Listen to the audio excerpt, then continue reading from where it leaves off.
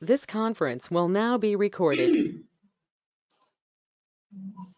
अद्य मङ्गलवासरः अथवा सोमवासरः आषाढकृष्णनवमी दिनाङ्क 14 जुलै 2020 चरकसूत्रस्थान अध्याय 25 अग्रसंग्रह शङ्खं चक्रं जलतां दधतमृतघटं चारुदौर्भिश्चतुर्भिः सूक्ष्मस्वच्छातिहृत्यां शकपरिविलसन् मौलिमं भोजनेत्रं कालाम्बोधोज्ज्वलाङ्गं कटितटविलसच्चारुपीताम्बराढ्यं वन्दे धन्वन्तरिं तं निखिलगदवनप्रौढदावाग्निलीलम् प्रौढदावाग्निलीलम् ब्रह्मणो हि समारब्धा मात्रेयाद्येषु पूजिताम् अस्मदाचार्यपर्यन्तां वन्दे गुरुपरम्पराम् आयुर्वेदरतं वन्दे माधवाख्यं महागुरुम् आयुर्वेदामृतं सर्वं शिष्येभ्यो यः प्रदत्तवान् द्रष्टाज्ञानी दृष्टकर्मा कृतकर्मा तथैव च अध्यापको भिषक्श्रेष्ठो महान् संशोधकस्तथा गुणैरेतैः समुदितैः यत्कार्यं ततनोति सः समृद्ध्यर्थं हि कार्यस्य वयं प्रयतामहे सरस्वत्यै नमो यस्याः प्रसादात् पुण्यकर्मभिः बुद्धिदर्पणसङ्क्रान्तं जगदध्यक्षमीक्षते आत्रेयं प्रथमं वन्दे आयुर्वेदजगद्गुरुम् आयुर्वेदामृतं सर्वं गृहीत्वा हि सुरेश्वरात् अग्निवेशादिकेभ्यो यत् प्रयच्छत् मुनिसत्तमः प्रथमं तन्त्रकर्तारम् अग्निवेशं नमाम्यहम्।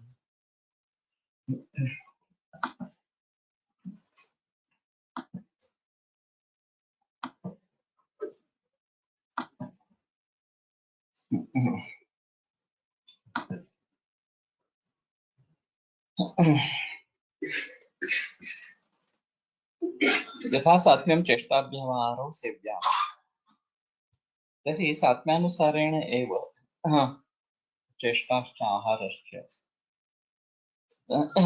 इमौ सेव्यौ इत्यव्यवहारश्च इमौ सेव्यौ असात्मेषाः रोगाः अन्यथा भवन्ति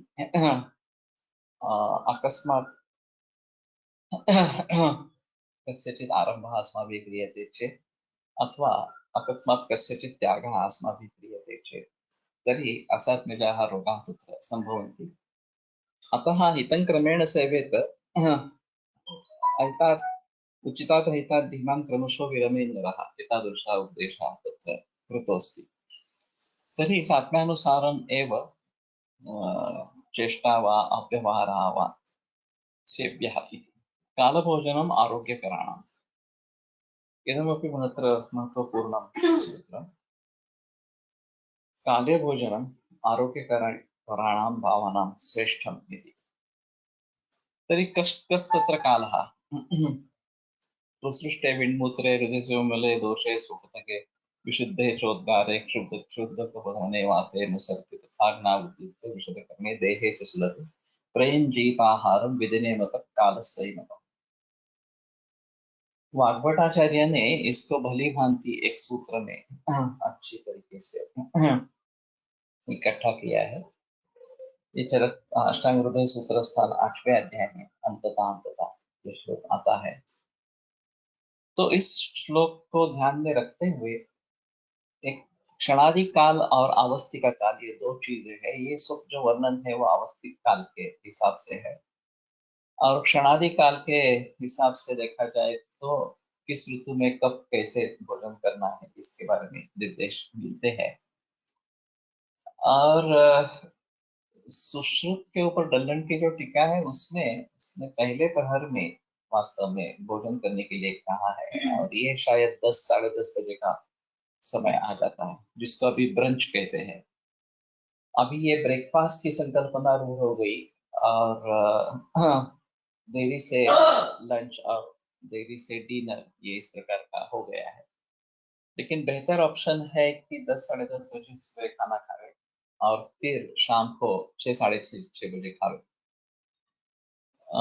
जैनों में ये धर्म के अनुसार होता है कि सूर्यास्त के पहले खाना खाना है, और जिनके सन्यासी है वो पानी भी नहीं बिल्कुल लेते हैं सूर्यास्त के बाद, और सूर्योदय के बाद भी 1.25 घंटे के बाद पानी वगैरह लेना आरंभ करते हैं।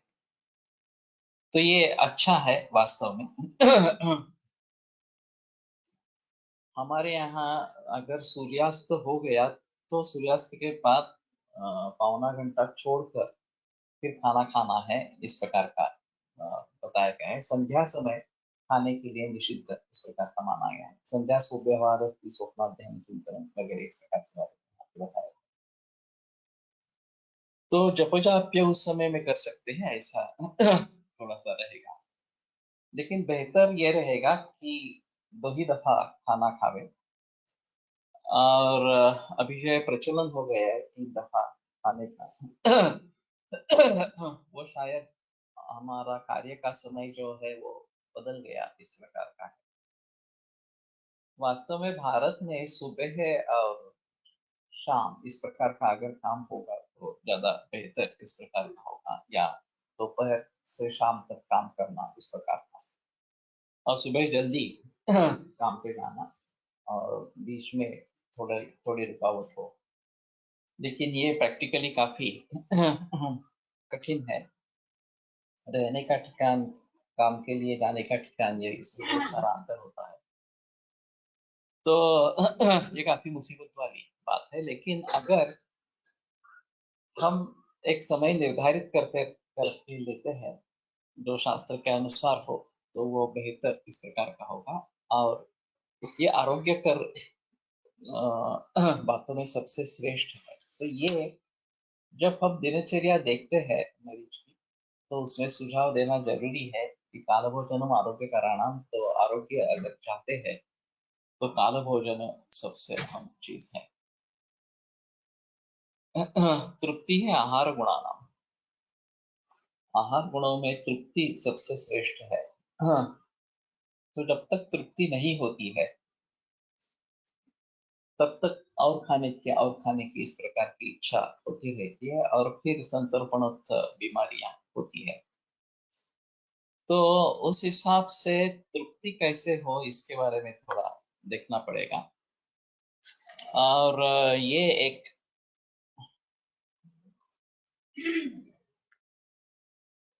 अनुमान का कारण कुछ और होगा। ये केवल उस समय भोजन करने से नहीं है। भोजन कालन पित्त कल इसका कुछ लगाना चाहिए क्या? इनमें ऐसा कहते थे नानल जाति, धातु नानल से, कि हमारा अग्नि जो है वह सबसे ज्यादा उद्दीपित 12 बजे इस प्रकार का होता है, और वो नाभि स्थान में है, और जो हम खाना डालेंगे वो आमाशय में जाकर गिरेगा इस प्रकार से। तो वे धीरे धीरे तीव्र होता जाता है। तो जब 10 बजे हम खाना दे देंगे तो 12 बजे तक वो तीव्र अग्नि उसका पचन कर डाला, इस प्रकार का उनका कहना है। दातार शास्त्री का कहना 10 और 2 ये औषध सेवन काल वो बताते थे, पित्त का आरंभ काल और पित्त का अंत काल, इस प्रकार से वो 10 और 2 बजे गिरीज वगैरह इस प्रकार की दवाई देते थे। सांस्वातीच्या वेळी खाऊ नये म्हणतात ते कसे? ये एक संध्या काल जो है वो 2 कालों के बीच में काल है। दिन और रात्रि ये 2 प्रधान है, और संध्या काल इन दोनों का संध्या काल है। ये नहीं कि सुबह है सूर्योदय से उपरांत पौना घंटा, और शाम को सूर्यास्त के उपरांत पौना घंटा, ये संध्या काल बताया गया है। और उसमें कई चीजों का निषेध इस प्रकार का है। खास करके सायंकाल में ये जो भूत प्रेत पिशाच ग्रह वगैरह वगैरह उनका ज्यादा जोर रहता है इसी पर्टिकुलर समय में। और ये एक कारण होगा शायद कि उस समय में खाना नहीं खाना चाहिए। मैंने किस्सा सुना था, एक छोटी बच्ची थी मेरे पास, और उसको एक भूत ने पकड़ लिया। और वो बोल रहा था कि मैं इसको लेके जाऊंगा। तो मेरे मामा इन प्रकार के भूतों को देखते थे। उनको वो समझ में आता था, उनसे बात भी कर सकते थे। तो उन्होंने पूछा कि तुमने इसको क्यों पकड़ लिया है, तो बहुत छोटी बच्ची है। तो उसने कहा कि उसकी माँ सायंकाल के समय में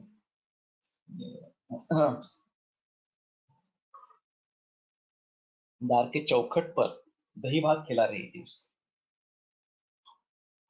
ये जरा अजीब है, खास करके इस प्रकार के अगर स्थिति हो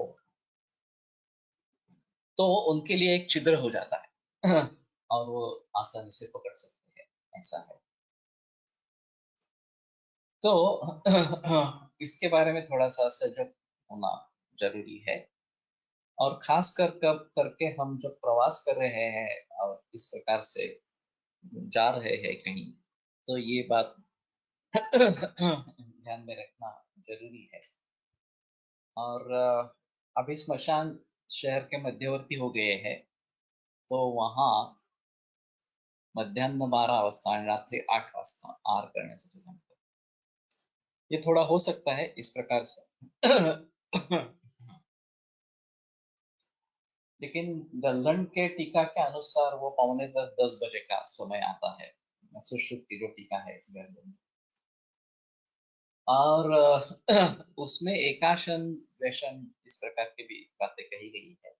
अगर दिन में एक ही बार भोजन करना है तो शाम को 3-4 बजे करना है, ऐसा उनका कहना है, दल्लन का कहना है। तो वो उनके अध्याय में जाकर देखें। लेकिन अहम चीज है कि सुबह का नाश्ता करने के लिए हमारे ग्रंथ में नहीं है, दूध लेना अनिवार्य है। अगर क्षीरोदाभ्यास और रसायन इस प्रकार का सूत्र है, तो बेहतर ऑप्शन है कि एक दफा दूध ले लें। और अगर बीच में भूख लगती है तो ऑर्गेनिक फ्रूट खाए दोपहर, ये बेहतर ऑप्शन है। तो 10-10:30 बजे और शाम 6-6:30 बजे खाना, सुबह दूध और दोपहर एक बार 2-2:30 बजे फल, ये अहम है। अगर ऑर्गेनिक फ्रूट नहीं मिलता है तो शायद दूध के बारे में फिर से जिक्र करें, ये बेहतर ऑप्शन इस प्रकार का है।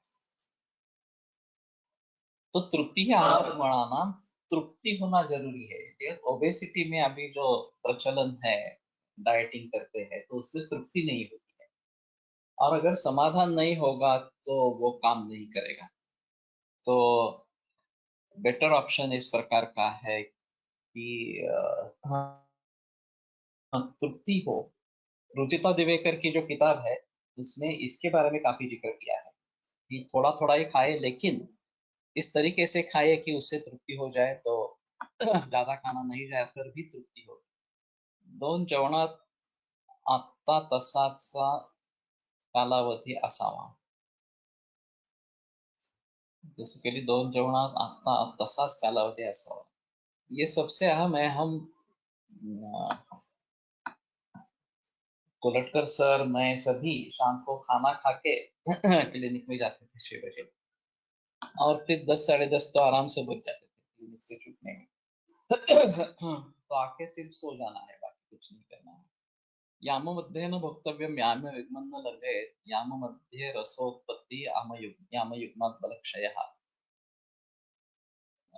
यानुसार केवळ घन आहार 3 तासापर्यंत घेऊ असा आहे का? कारण बऱ्याच वेळामध्ये चहा घेतल्यावर नंतर बरेच जण आत्मानी तक्रार करतात।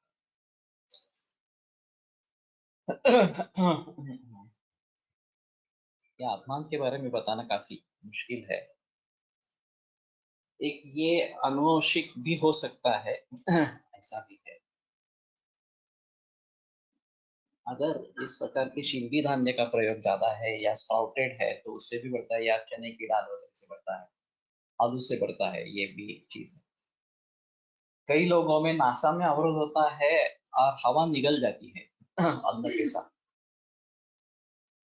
तो उसके कारण पेट में वायु भरता है, ये भी एक चीज है। तो उसमें नस्य करने से फायदा होता है। और अगर पचन मंद है, अग्नि मंद है, तो वायु इस प्रकार की बनती है, ये भी एक अहम चीज है। तो ज्यादातर अग्नि मंद होना ये एक अहम चीज रहेगी।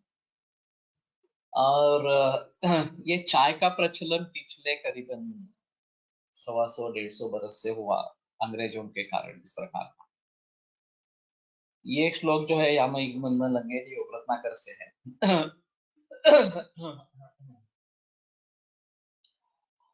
तो ऐसा होता है कि सुबह 10 बजे खाना खा लिया और शाम को 6 बजे खाना खाया, तो भी ये करीबन 8 घंटे का हो जाता है। ये 6 घंटे का भी नहीं है, 6 घंटे से ज्यादा है। और शाम को 6 बजे से सुबह 10 बजे तक ये भी काफी अंतर हो जाता है। याम का मतलब 3 प्रहर, 3 घंटा इस प्रकार से। तो 3 घंटे के पहले कुछ नहीं खाना है, और 6 घंटे से बाद आप ज्यादा रिक्त नहीं रहना है या खाने के बगैर नहीं रहना है। तो ये भोजन के बारे में है। जैसा योगेश कह रहा था कि ये शायद दूसरी जो चीज है भोजन छोड़कर, तो उसमें अहम रहेगा दूध और फल। फलों के बारे में ऐसा है, फलान यादव समझ नहीं आता, दाढ़ी मादी नहीं बुद्धिमान।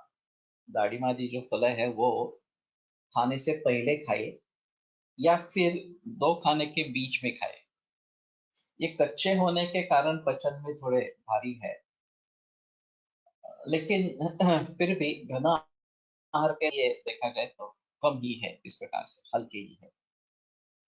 तो जैसे मैंने कहा कि अगर हमें दूध लेना ही है, और खास करके अभी के स्थिति में जबकि विटामिन B12 और विटामिन D3 की डिफिशियंसी बहुत ज्यादा है, और वेजिटेरियन लोगों के लिए विटामिन B12 के लिए केवल दूध ही स्रोत है। और धूप में टहलना ये B3 के लिए हो सकता है, नहीं तो गायें अगर धूप में टहलती है तो उनका दूध ये कम हो सकता रहता है। घन पदार्थ घन पदार्थांच्या अपेक्षेने हलकी सांगितली, दुसरी हलकी नहीं। और कितनी क्वांटिटी लेते हैं ये भी है। Not taking water also may be London, ये तो है। कृष्णा का निग्रह करे, ये भी लंदन का ही प्रकार आहे। पाचन दीपन व्यायामाचा तो मार्ग। ऑटोफेजी हा कन्सेप्ट आता तसाच 2च वेळच्या जेवणाने 16 तासाचा वेळ मिळतो। इसमें यह है ना कि अगर हम आहार नहीं देंगे तो अग्नि सामदोष की तरफ मुड़ेगा और फिर उसका पचन करेगा। अगर हम खाना देते रहेंगे तो पहले खाने का ही पचन करेगा, वो दोष की तरफ मुड़ेगा ही। तो ये उपवास जी को उपवास की जो संकल्पना है, चाहे एकादशी हो, संकष्टी हो, या और कुछ सोमवार शुक्रवार मंगलवार जो भी है इस प्रकार से, इसमें एक अहम चीज है कि विश्राम देना अग्नि को, तो वो खुद जो संचित है उसका पचन करे। लेकिन अभी उसका विकृत अर्थ हो गया, और उपवास के नाम पर ये साबुदाना वगैरह सब चीजें शुरू हो गई, तो वास्तव में एक्चुअली उपवास है ही नहीं। तो उपवासो गुणैर्ही, यहाँ ये जो चक्रपाणि दत्त ने कहा है उसका पालन करें, नहीं तो लंघन रूप उपवास करिए, सबसे बेहतर इस प्रकार। तो हमारी इम्यून सिस्टम इससे बढ़ती है, ये सबसे अहम है, क्योंकि अग्नि उन दोषों का पचन कर लेता है, और फिर जो उससे आगे होने वाली चीजें हैं, रोगों का निर्माण वो नहीं होता है। तो इसलिए ये बेहतर है कि 2 ही दफा खाना खावे। लेकिन कुछ व्यक्तियों में ये आमाशय की कैपेसिटी कितनी है, अग्नि कैसा है, इसके ऊपर भी थोड़ा निर्भर करता है। जैसे एक कंसेप्ट मोबाइल वगैरह में होती है कि फुल रिचार्ज और फुल डिस्चार्ज, इस प्रकार से। तो उसकी जितनी कैपेसिटी है उतना उसको रिचार्ज करना है, और कैपेसिटी पूरी खत्म होने तक उसको डिस्चार्ज करना है, तभी रिचार्ज करें फिर से। अगर हम 30 40 45% पर ही रिचार्ज करना शुरू करेंगे तो उसकी कैपेसिटी पूरी तरीके से काम में नहीं आती। तो उसी प्रकार आमाशय की जितनी कैपेसिटी है उसको भी हमें ध्यान में रखना है। उसकी 2/3 कैपेसिटी हम इस्तेमाल करें, और फिर भी 6 घंटे के बाद भूख लगे, इस प्रकार से। तो खाना भी उस तरीके का होना है, जो घना आहार लेंगे वो बैलेंस करके लेना है कि वो 6 घंटे के अंदर पूरी तरीके से पक जाए। अभी इनका तो कहना था भावी साथी का कि 3 घंटे के अंदर वस्तुमान नष्ट हो जाता है इस प्रकार से। तो कम से कम 3 घंटे का अगर मान लेते हैं तो फिर उसके स्फूर्ति बढ़ेगी। और जब फिर से भूख लगेगी और खाएंगे नहीं तो अशक्ति आ जाएगी, ऐसी कंडीशन है। तो उसमें ये शाम का समय खाने का हो जाना चाहिए, या शाम का खाना ले लिया, सुबह है 10 बजे खाना है, तो बीच में अशक्ति नहीं होनी चाहिए। ये भी एक चीज अहम है। और हमारा वजन मेंटेन रहना चाहिए। वजन कम हो रहा है, बढ़ रहा है, ये चीजें नहीं होनी चाहिए। तो इन सभी बातों को ध्यान में रखते हुए किस प्रकार का खाना खाना है, कितना खाना है, ये सब सोचना है। तो हमारे आहार में कुछ पदार्थ लघु होंगे, कुछ गुरु होंगे, उनका योग्य प्रमाण उसमें होना चाहिए। तो फिर अच्छा दुग्धपान आणि घृतपान याला काही अल्टरनेटिव्ह देता येते का? देने की जरूरत नहीं है, क्यों दे? अगर क्षीरगुप्ताभ्यासो रसायनानाम ये सूत्र है, तो दूध गर्म करते उस समय में उसमें सोना भी डाले तो मंडले जात वेद से इस प्रकार का रसायन और वाजीकरण भी परिणाम हो जाता है। और फिर उसमें 1 चम्मच घी डाल के लेवे। क्षीरगुप्ताभ्यासों का कुछ लोगों का मतलब है दोनों साथ में ही लेना है, साथ में भी ले सकते हैं और अंतर रख के भी खाना खाते समय घी और अलग से दूध ये भी ले सकते हैं। Some people eat at 6 p.m. They feel hungry in night. What we can suggest them? ये सच्ची क्षुधा है या नहीं है, थोड़ा सा देखना पड़ेगा। कुछ लोगों में ऐसा होता है कि जब तक खाना खाएंगे नहीं तो तृप्ति ही नहीं होगी, और उसके वजह से उनको लगता है कि भूख है, उनको भूख है और नींद नहीं आती। तो लंघन की तो आवश्यकता होती है। तो मैं सुझाव देता हूँ कि दिन भर तुम सिर्फ मुद्दा का यूज दूध इतना ही लो, और शाम को 6 बजे खाना खाओ। तो रोटी सब्जी जो एक दफा देनी है वो एक शाम को ही ले लेना। तो इससे काफी फर्क पड़ता है और वो आसानी से उसको ले सकते हैं, ऐसा है। लेकिन किस प्रकार का खाना हम दे रहे हैं, ये एक अहम चीज है। और वो बैलेंस किस प्रकार से करें। अभी हुआ है ऐसे कि आहार के परिमाण के बारे में जो बताया गया है, सर्वग्रह और परिग्रह, तो उसमें ज्यादा जिक्र नहीं किया गया कि सर्वग्रह में कितनी मात्रा लेनी है, ये तो 2/3 लेनी है, ये समझ पाते हैं। लेकिन परिग्रह में हर चीज का कितना प्रमाण होना है, ये कैसे डिसाइड करें, ये एक अहम चीज रहेगी। उसमें भी ऐसा है कि जो मुख्य पदार्थ है, जैसे चावल, रोटी, सब्जी, ये सब जो है, तो उसमें चावल और रोटी, ज्वार की रोटी या गेहूं की रोटी, ये वो अहम चीज इस प्रकार से है। और उसके साथ में ये व्यंजन है, सब्जी हो, चटनी हो, रोटी या कोशिंबीर वगैरह इस प्रकार से, सैलड्स हो या दाल हो, ये सब व्यंजन है। तो मुख्य अन्न ज्यादा होना है, जो मधुर रस प्रधान इस प्रकार का हो। और व्यंजन है वो कम होने चाहिए, वो केवल व्यंजन के हिसाब से ही होने चाहिए। तो ये हमें देखना है कि 2 रोटी और बहुत सारी सब्जी, उसके बजाय 2.5 रोटी और कम सब्जी, ये ज्यादा बेहतर चॉइस इस प्रकार का है। गिर गाय से दूध मिलता है तो म्हशी से दूध पी सकते का ले सकते हैं, लेकिन कोशिश करते रहे। अभी बड़ी बहुत जगह गिर जाति का दूध मिलने लगा है, ऐसा है। 3 तासात आमाशयातील पचन पूर्ण होऊन आमाशय रिक्त होते। पचन पूर्ण होण्यास पुढे अजून 3 तास लागत असतील, म्हणून 3 तासापूर्वी काही खाऊ नये, अध्यशन होणार नाही, असे असेल का? येस, यामध्ये या श्लोकाचा अर्थ तो 3 घंटे में कुछ नहीं खाना है, ये इसी का है, क्योंकि 3 घंटे में आमाशय रिक्त हो जाता है और उसका एनर्जी में भी रूपांतर हो जाता है, तो वस्तुमान खत्म हो जाता है। Up to 3 hours water also not be taken as stomach is full. इसमें ऐसा है, तस्मान् नरो वन्य विवर्धनाय मुहुर्मुहुर् वारि पिबेद भूरि, इस प्रकार का एक श्लोक आता है। और पानी कब पीना है, भोजन करते समय पानी पीना है या बाद में पीना है, इसके बारे में काफी संभ्रम अवस्था है। तो समस्थूल कृषा भुक्त मध्यांत प्रथमामुपाह, ये वाक्य का निर्देश है। तो अगर स्थूल व्यक्ति है तो उसको भोजन के पहले पानी पीना है, कृष व्यक्ति है तो बाद में पीना है, और बाकी लोगों को भोजन के साथ पीना है, ऐसा है। तो अगर क्लेद की आवश्यकता है भोजन के बाद, तो ही पानी भोजन के बाद थोड़ा पिए, उतना ज्यादा नहीं पिए। कुछ लोग ऐसा करते हैं कि भोजन के समय कुछ भी पानी नहीं पीते, कि कहाँ से आया है मालूम नहीं मुझे, लेकिन भोजन के उपरांत बहुत सारा पानी पी लेते हैं।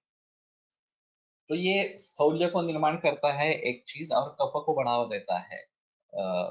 ऐसी दूसरी चीज है, तो बेहतर ऑप्शन है कि खाना खाते समय थोड़ा थोड़ा पानी पिए, ये बेहतर है।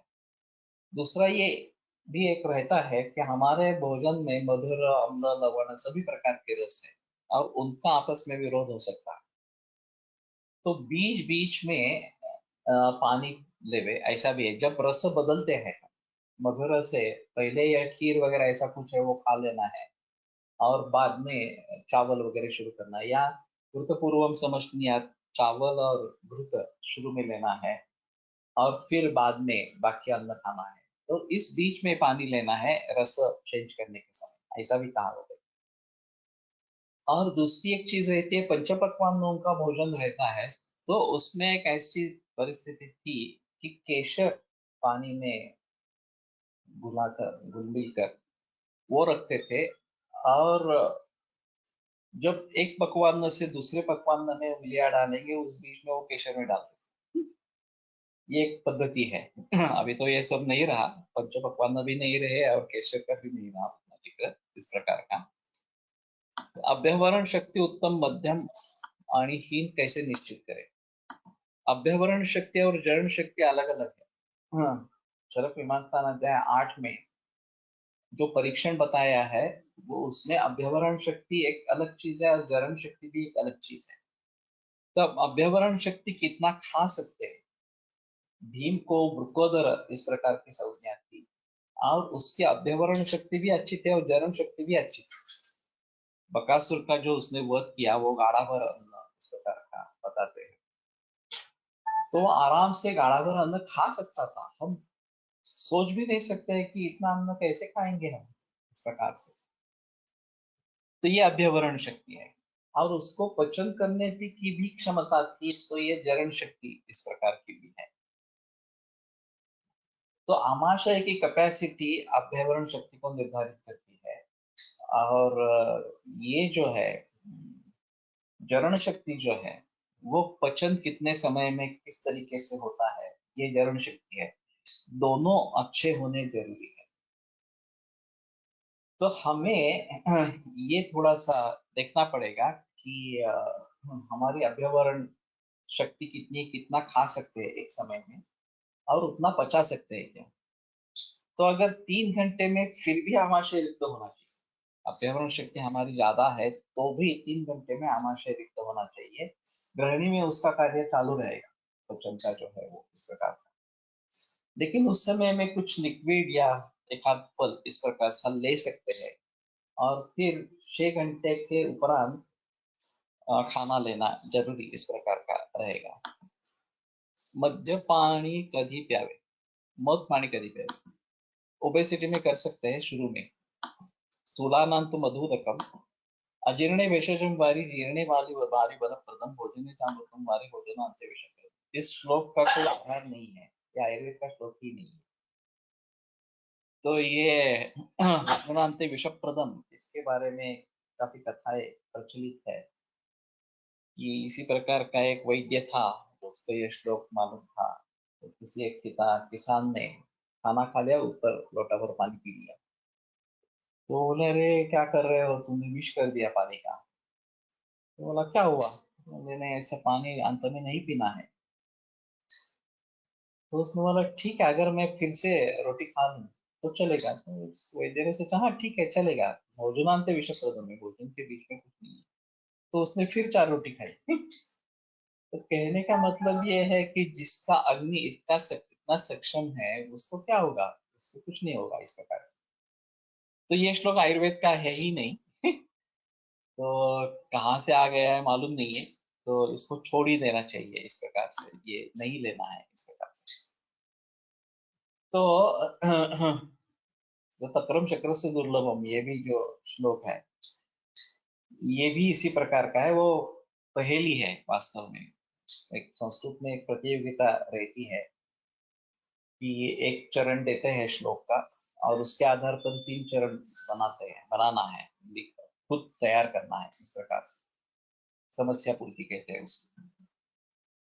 तो तक्रम चक्र से दुर्लभम, ये समस्या पूर्ति के लिए दिया गया था। और दूध आला का समस्या पूर्ति के लिए दिया गया था। और फिर ये उन्होंने बता दिया, इस प्रकार का श्लोक बना दिया। भोजनांते च किं पेयं तक्रम व्यंतक कस्य वै सुतः तो शक्रस्य और कथम विष्णुपदम प्रोक्तम दुर्लभम। तो तक्रम चक्र से दुर्लभम, हर एक पंक्ति लेके उसका वो अर्थ उसने जोड़ दिया। तो ये बुद्धि कौशल्य है। मैं जब टिमोमी में था, तो वहां पे प्रतियोगिताएं रहती थी। और जब मैं एमए कर रहा था व्याकरण में, तो मैंने सोचा कि मैं अभी एक मौका है, तो सभी प्रतियोगिता में मैं हिस्सा लूंगा। क्योंकि पहले मैंने किसी पे भी हिस्सा नहीं लिया था। तो उसमें हमारे लिए जो समस्या पूर्ति के लिए श्लोक आया था, तो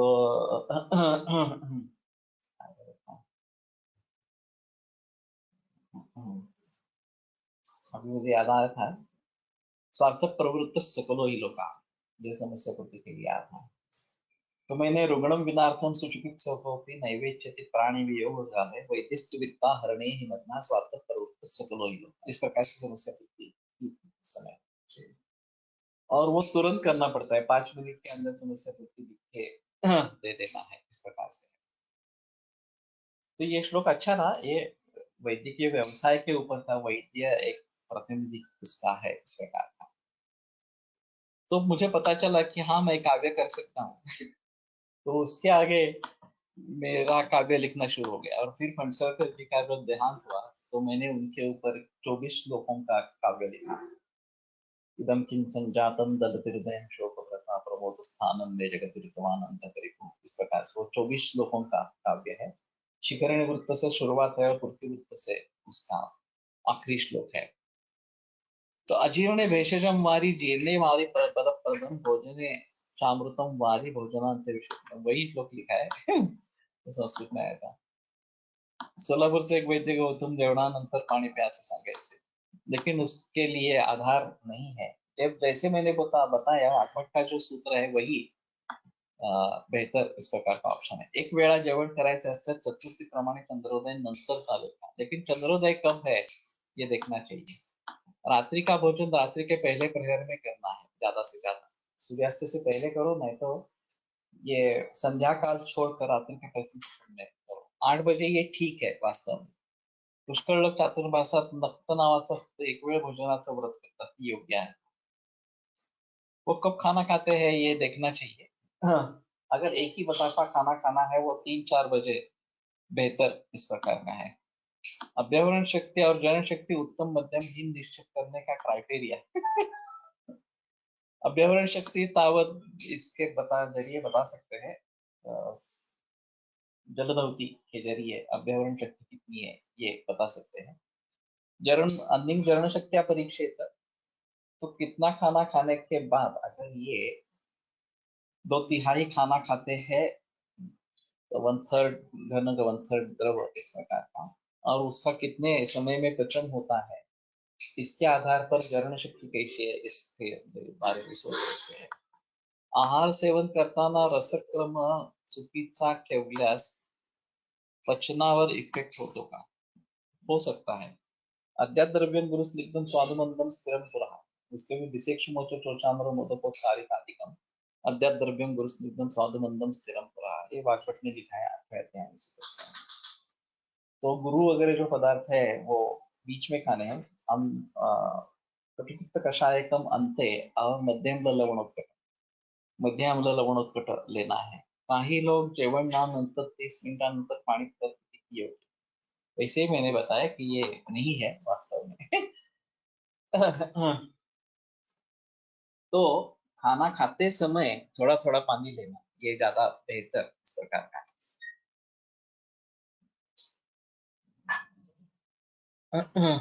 ठीक है. तो तृप्ति आहार गुणानाम, इससे हम निकले थे. तो आहार गुणों में तृप्ति सबसे अहम इस प्रकार की है. वेग संधारणम अनारोग्य करा, ये भी सबसे अहम है, और ये आयुर्वेद की खासियत है कि वेगों का धारण ये अनारोग्य करने वाले चीजों में सबसे श्रेष्ठ है.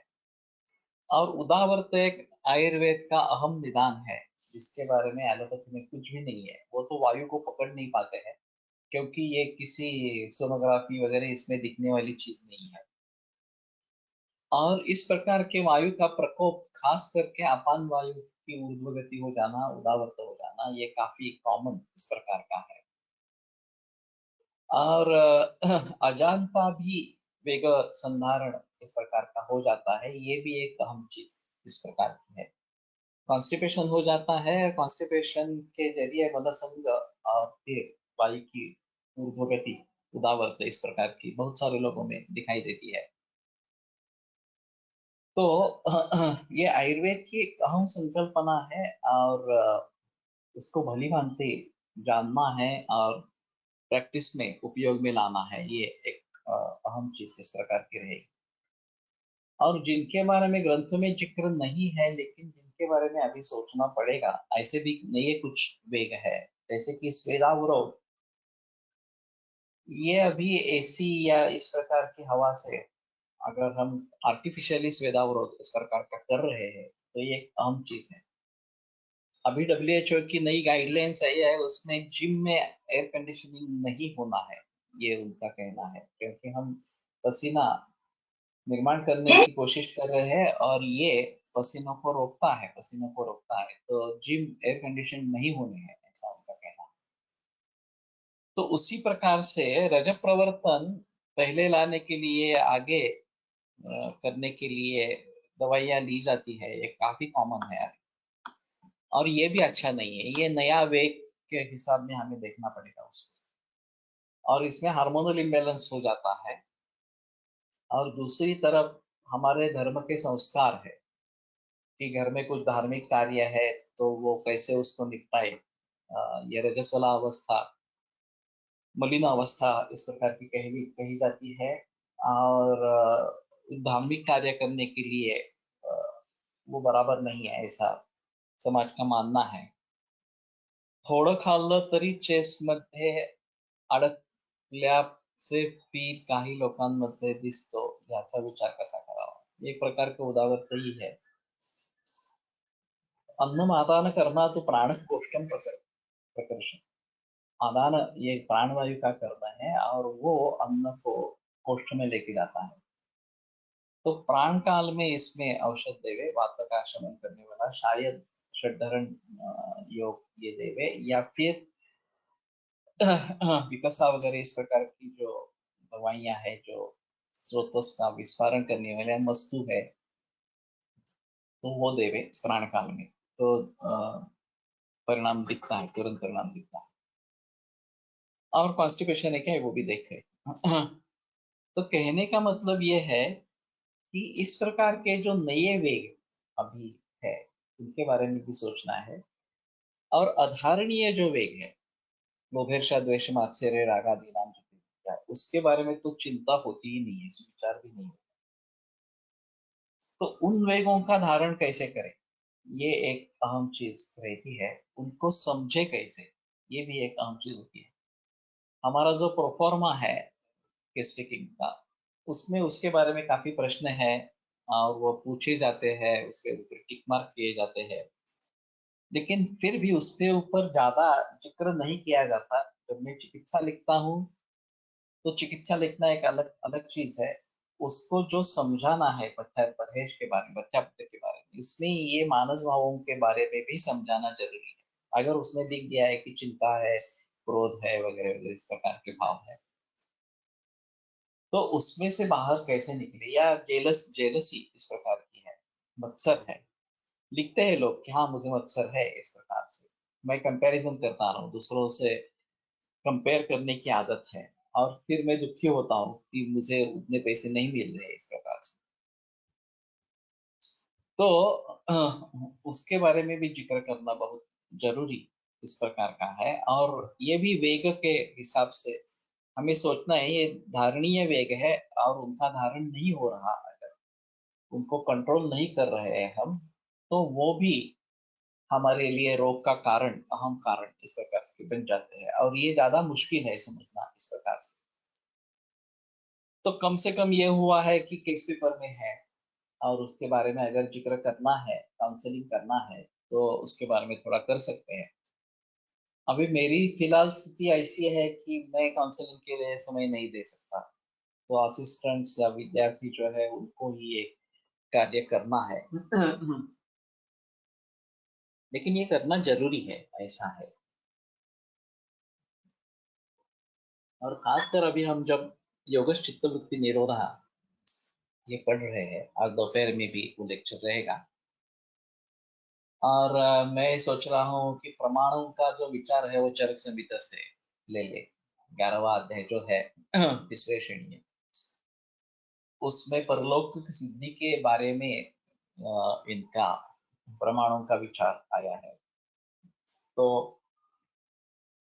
आत्मा, उसका कर्म वगैरह वगैरह ये सब बातें वेदांत और योग दोनों से मिलती जुलती इस प्रकार की है। तो शायद ब्रह्मसूत्र शांकर भाष्य पढ़ने के बजाय हम चरक से ले लेंगे। हम आयुर्योग के बारे में सोच रहे हैं, तो हम चरक से ले लेंगे उन बातों को। तो अभी मैं उसके बारे में बोलूंगा। हाँ। लेकिन स्थिति ऐसी है कि इन प्रकार के मानसिक वेग होते हैं और उनका धारण करना जरूरी है। ये हमारे हिसाब में बहुत अहम चीज इस प्रकार की रहेगी। तो उसके बारे में थोड़ा सोचना पड़ेगा। बैठे काम कष्टांचे काम, अशा प्रमाणे कामप्रमाणे आहार मात्रा द्रव्य काल मात्रा द्रव्य बदलणे आवश्यक है।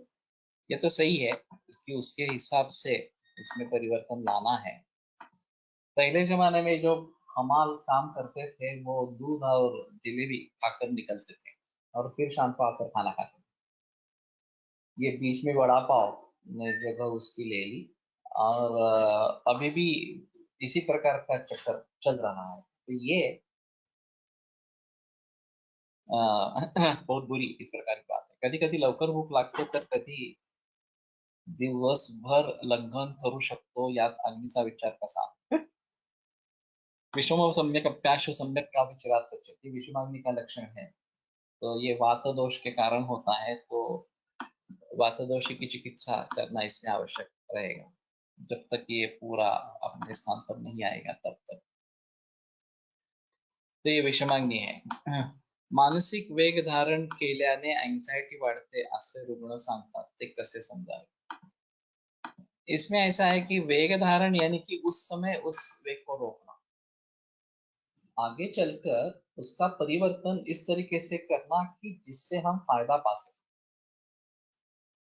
रजस और तमस ये हमारे अविभाज्य अंग है मन के, केवल सत्व का मन नहीं रहेगा इस प्रकार से। तो इनका निर्माण होना स्वाभाविक है, हम उसको पूरी तरीके से टाल नहीं सकते। तो अगर ये स्वाभाविक है तो उनके ऊपर नियंत्रण रखना यही हमारे बस में है। और नियंत्रण करने के बाद हमें सोचना है कि इसका अच्छा इस्तेमाल किस प्रकार से किया है। आयुर्वेद हमारे ही देश में अल्टरनेटिव है, इसीलिए मुझको गुस्सा आता था। कि हमारे ही देश में हमारा ही आयुर्वेद अल्टरनेटिव के ऊपर या हम पहले स्थान पर क्यों नहीं है। लेकिन गुस्सा करने से क्या होगा, गुस्सा करने से तो कुछ नहीं होगा। हम खुद जल जाएंगे। अभी जो फिलहाल स्थिति चल रही है कोरोना के बारे में कि बहुत सारे वैद्य तड़प रहे हैं कि हमें ट्रीटमेंट करनी है, एक्टिव ट्रीटमेंट करनी है, जो एक्यूट केसेस है उनको ट्रीट करना है, और हमें मौका नहीं मिल रहा है इस प्रकार से। तो ठीक है, कोशिश करते रहे वो अलग चीज है, लेकिन मौका नहीं मिल रहा तो भी हम अभ्यास तो कर सकते हैं, अध्ययन कर सकते हैं, सोच सकते हैं उसके बारे में कि अगर इस प्रकार की नौबत आगे आती है तो हम किस प्रकार से उसका मुकाबला करेंगे। तो उसके बारे में जो तैयारी करनी है वो ज्यादा से ज्यादा हम करेंगे, इसके बारे में सोच सकते हैं।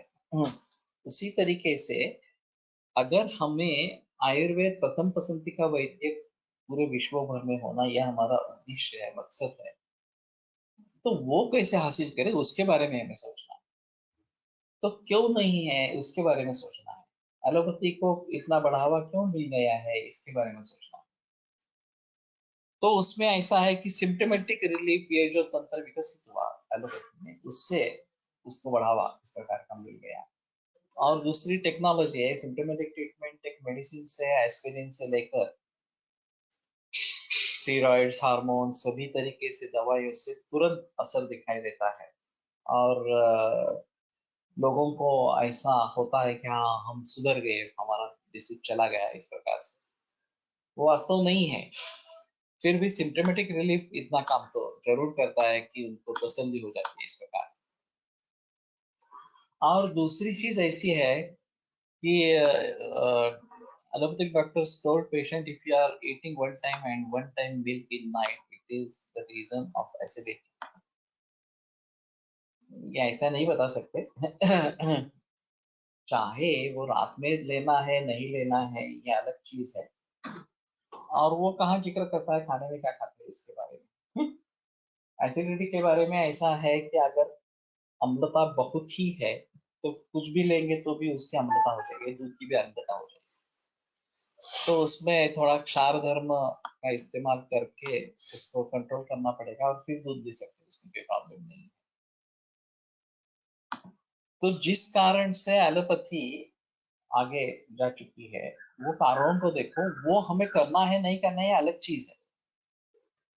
हम मूल रूप से चिकित्सा करते रहेंगे, लेकिन इसका ध्यान रहे कि सिम्टोमेटिक रिलीफ तो होना चाहिए।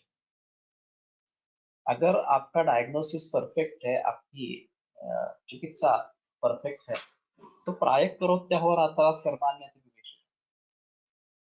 और कुछ भी सद्य काल तात्काल भी परिणाम करते हैं, ऐसा है। तो उसके बारे में हमें जरूर सोचना है।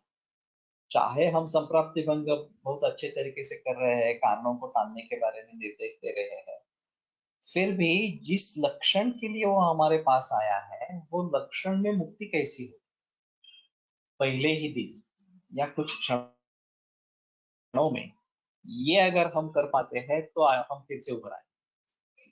जो सर्जरी की बात है हमने जो छोड़ दिया है उसको हम फिर से अपना लेंगे अपनी तरीके से, तो हम उभर उभर आएंगे। और ये विषय चिकित्सा अभी के हिसाब में जो सब विषयों का परिणाम बहुत बढ़ रहा है, तो उसके बारे में हमें कुछ सोचना है। और मूल ग्रंथों का अध्ययन यही सबसे अहम, जो हम ज्ञान का मूल स्रोत है उसको हम अगर हम नहीं अपना रहे हैं और केवल सेकेंडरी टर्शरी सोर्सेस के ऊपर काम चला रहे हैं, तो ये सबसे बड़ी गलत बात है। तो मूल ग्रंथों को समझ लेना, उनके अनुसार व्यवहार करना, यह अगर हम करेंगे तो ये बात जरूर बन जाएगी कि हम आगे बढ़ेंगे इस प्रकार से। सो मानसिक वेग धारण में इमोशन कल्चर का विचार करना चाहिए। मुझे मालूम नहीं इमोशन कल्चर क्या है, इमोशन को निर्माण करना ऐसा कुछ है क्या। ये ओशो का एक था कि एक्सप्रेस इमोशंस, उनके सेशंस रहते थे उसके बारे में, और किस तरीके से वो पितरु जी में महाराज साहेब मई का विफल हुआ हो क्या, पितुरेजी महाराज साहेब माई क्या विफल हुआ, वो तो आज्ञा पालन करते थे। इसमें ऐसा है ना, उनकी सोच बहुत ही ज्यादा थी और वो खुद उससे अलग नहीं कर पाते थे। जब मैं अंतिम बार उनको मैंने देखा, उस समय में भी मैंने सुझाव दिया था कि बहुत सोचते हैं और बहुत बोलते हैं, उनकी शक्ति चली जाती है। उनका वजन उस समय 23-24 किलो तक नीचे आ गया था। खाना उतना ही जा रहा था, 15 ग्राम चावल और 10 ग्राम दाल, इस प्रकार से, और दूध। तो समझते हुए भी ये प्रज्ञापराध इस प्रकार का हो रहा था, और ये कारण रहा उनके देहांत का। कि ये स्थिति सभी की होती है। जो भी ज्ञानी व्यक्ति इस प्रकार के होते हैं, वो सभी के हित का विचार करते करते, case paper share on GSS, सभी का विचार करते करते ऐसा हो जाता है कि वो अपना स्वास्थ्य खुद खो बैठते हैं। अभी जब जब मुझे ये महसूस हुआ, तो मैंने परिवर्तन लाया जी मेरे जीवन शैली में। मुझे डेंगू हो गया, और वो होने के बाद मैंने महसूस किया है कि ये ज्यादा काम करने से है, तो मुझे विश्राम की आवश्यकता है इस प्रकार से। तो मैंने शाम की प्रैक्टिस का समय बदल दिया, 4 से 6 बजे प्रैक्टिस करने लगा। फिर भी वो भी अभी हो रहा है कि 6 बजे तक अपॉइंटमेंट देते हैं तो 7:30-8 बजने लगे, फिर खाने में देरी होने लगी, इस प्रकार से हो गया। और अभी लॉकडाउन भी है, तो मैंने अभी निश्चय कर ला कि मैं सुबह ही सिर्फ प्रैक्टिस करूंगा, शाम को प्रैक्टिस करूंगा ही। सुबह 11 से 1 बजे तक, तो 2, ढाई, 3 भी बज जाते हैं प्रैक्टिस खत्म होने तक। खाना खाकर जाकर प्रैक्टिस करना, और फिर बाद में दूध लेना, और शाम का खाना जल्दी खा लेना, ऐसा मैंने अभी निश्चय किया है। तो ये खुद को ही करना है, अपने आप को समझना है कि अपने लिए हित क्या है, अहित क्या है, इस प्रकार से। और अगर मुझे आरोग्य संभलने की जरूरत है, मुझे कुछ आगे कार्य करना है, तो ये अहम चीज रहेगी कि मैं अपने सेहत का ख्याल खुद रखूं। इस Vyasa Bangalore H Nagendra sir very well explain emotion culture on the basis of yoga shastra. ठीक है, क्योंकि कुछ किताब वगैरह ऐसा है, या ऑडियोज वीडियोज ऐसा कुछ है, तो बताओ, शेयर करो डीएसवीसी ग्रुप में। तो ये जानी मानी व्यक्ति है नागेंद्र जी, और एसवीएस यूनिवर्सिटी भी वैसी जानी मानी यूनिवर्सिटी है। तो ठीक है, ये कल्चर का मतलब होगा कि उस प्रकार का निर्माण करना, उसमें परिवर्तन लाना, जो हमारी मानसिक स्थिति है, जो मत्सर है, क्रोध है, या शोक है, या फिर दुख वगैरह इस प्रकार से है, उसमें से बाहर निकल कर सुख, आनंद, प्रीति वगैरह वगैरह के बारे में हम कैसे विचार करेंगे, और किसी भी स्थिति में दुखी कैसे न हो। स्थित प्रज्ञ से का वार्ता, ये जो गीता में बताया गया है, उसका पालन करना जरूरी है।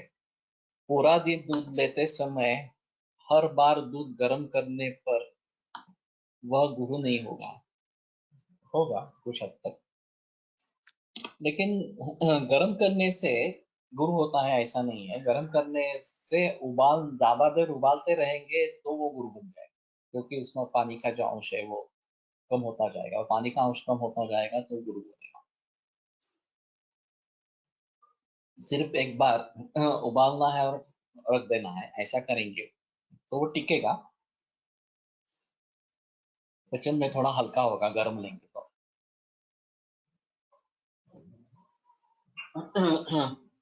और फ्रीज में नहीं रखने का, ये सबसे अहम इस प्रकार का है।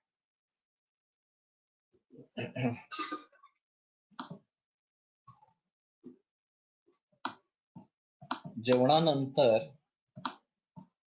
खूप वेळ एके ठिकाणी बसणे हे आरोग्याच्या दृष्टीने कसा विचार करावा? बताना मुश्किल है। व्यायाम तो नहीं करना है उसमें। भुक्वा राजवद आसीत इस प्रकार का बताया गया है ये आगे वाले ग्रंथों में, योग रत्नाकर या भोजन कुतूहलम वगैरह में सुश्रुता है। तो राजवद आसीत, राजा जैसे बैठे, हाँ यावद अन्न क्लमो होता है, जब तक अन्न का क्लम निकल नहीं जाता है तब तक। और वैसे शतपावली भी है, भुक्ता पदशतम गच्छित, ये भी है। तो इन सभी का थोड़ा जिक्र करना पड़ेगा। तो अगर ज्यादा देर बैठना पड़ता है तो बीच बीच में उठकर थोड़ा घूमना चाहिए। शतपावली फक्त अन्नालाच आहे का आता लिक्विड करणार शतपावली करायची? उतनी जरूरत नहीं रहेगी लिक्विड लेने के बाद, लेकिन अन्न के बाद तो होनी चाहिए, लेकिन दूध कर पिणाऱ्या लोकांना ते शतपावलीची काही गरज नाही. किती पितात त्याच्यावरती आहे। तो अगर पेट भर दूध ले रहे हैं तो शायद जरूरत पड़ेगी विश्रांति घ्यावी। विश्रांति लेना यानी कि बैठना है, या वामकुक्षी जो बताई गई है उसमें श्वासों की गिनती है वास्तव में। नाही, मला की असं दक्षिण वाटतं पक्ष की में लहान मुलांचं कसं आहे ना, मी करून घेत होते शरीराचं आपण एवढ्या प्रॅक्टिकली करून, तर जे दूध पिणारे किंवा हे असतात त्यांनी किमान तेवढं तरी काहीतरी करायला पाहिजे. तो इमीडिएटली विश्राम करना है जब तक अन्न प्लम नहीं गया तब तक, लेकिन विश्राम करना यानी कि सोना नहीं है। बैठे बैठे कर सकते हैं, नहीं तो वाम कुक्षी 8 श्वास, दक्षिण कुक्षी में 16 श्वास, ये क्या, पीठ पर लेटे हुए, और 32 श्वास लेफ्ट पोजीशन में। इस प्रकार का बताया है। वो उतनी ही वाम कुक्षी अपेक्षित है, तो उसके ज्यादा नहीं, और उसमें सोना नहीं है।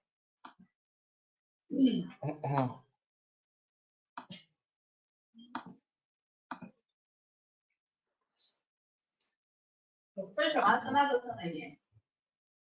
शवासन में भी सोना नहीं है। भोजनोत्तर कधी विश्रांति घ्यावी झालो.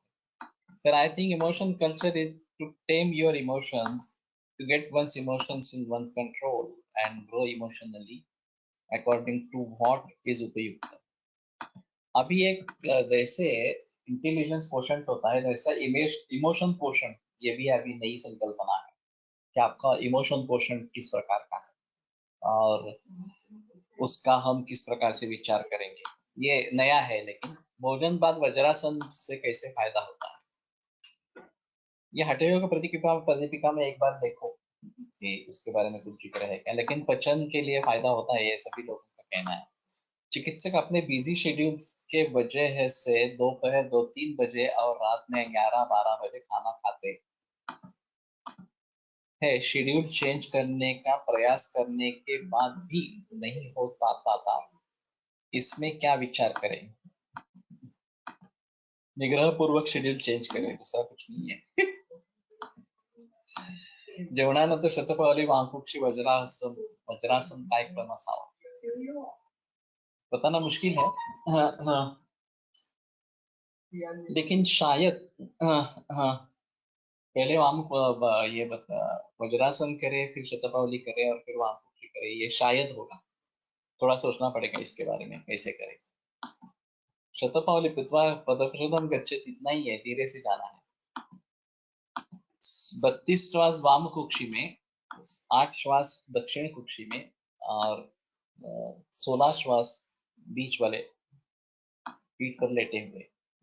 Daily audio clips still not shared on Telegram group. तुम भी एक बार बात करो, मैं भी विलोक से बात करता हूँ, क्यों हो नहीं रहा? तुला त्यांनी पाठवलंय ना टेलिग्राम ग्रुप मधनं, तू शेअर करू शकतोस ना ऑडिओ? हा, ऑडिओ माझ्या सकाळी मी टेलिग्राम ग्रुपला टाकतो. मला ते पाठवता येत नाहीये म्हणून मी विलोबला सांगितलं, विलोबही पाठवत नाही असं झालं. तुला कळलंय का? तुझं आहे का? तू ऑर्गनायझर आहेस का? सुश्रुत बताएंगे, लेकिन ये वाम खुर्चीचं काय सांगितलं ना, आधी डाव्या खुर्चीवर, आधी उजव्या उजव्या खुर्चीवर. ते किती? 8 श्वास, मध्ये 16 श्वास आणि हे 32 श्वास. वज्रासन किती वेळ? मुझे मालूम नहीं है इसके बारे में, मैंने कभी सोचा नहीं है. तो योग प्रत्येक आसनाचा नियम परवा त्यांनी सांगितला ना, तुम्ही जोवर बसू शकता तोवरच चालेल. आणि आसन स्थिती असं वर्णन सगळं 1 ते 2 मिनिटं वगैरे असं देतात ते. 1 से 2 मिनट या जब तक बैठ सकते हैं. तो शायद योग टीचर्स को उसके बारे में थोड़ा पूछना पड़ेगा, उसमें परंपरा में क्या है ये थोड़ा देखना पड़ेगा. ठीक है, यहाँ रुकते हैं, कल फिर मिलेंगे.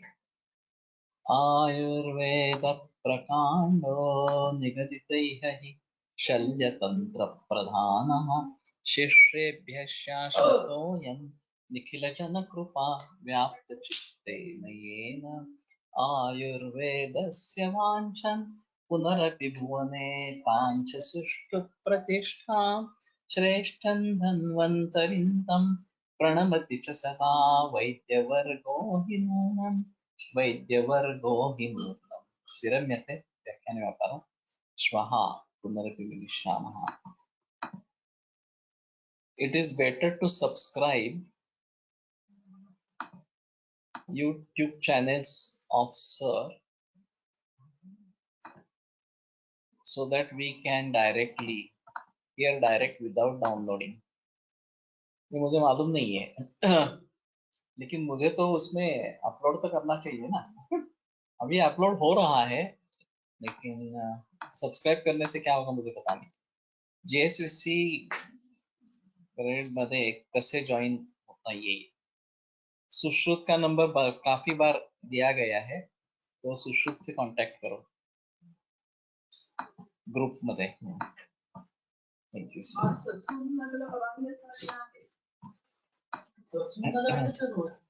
तुझा नंबर किती आहे सुश्रुत?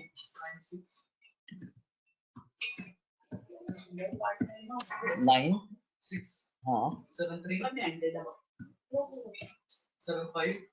हा 8287 82 हा 87. ओके.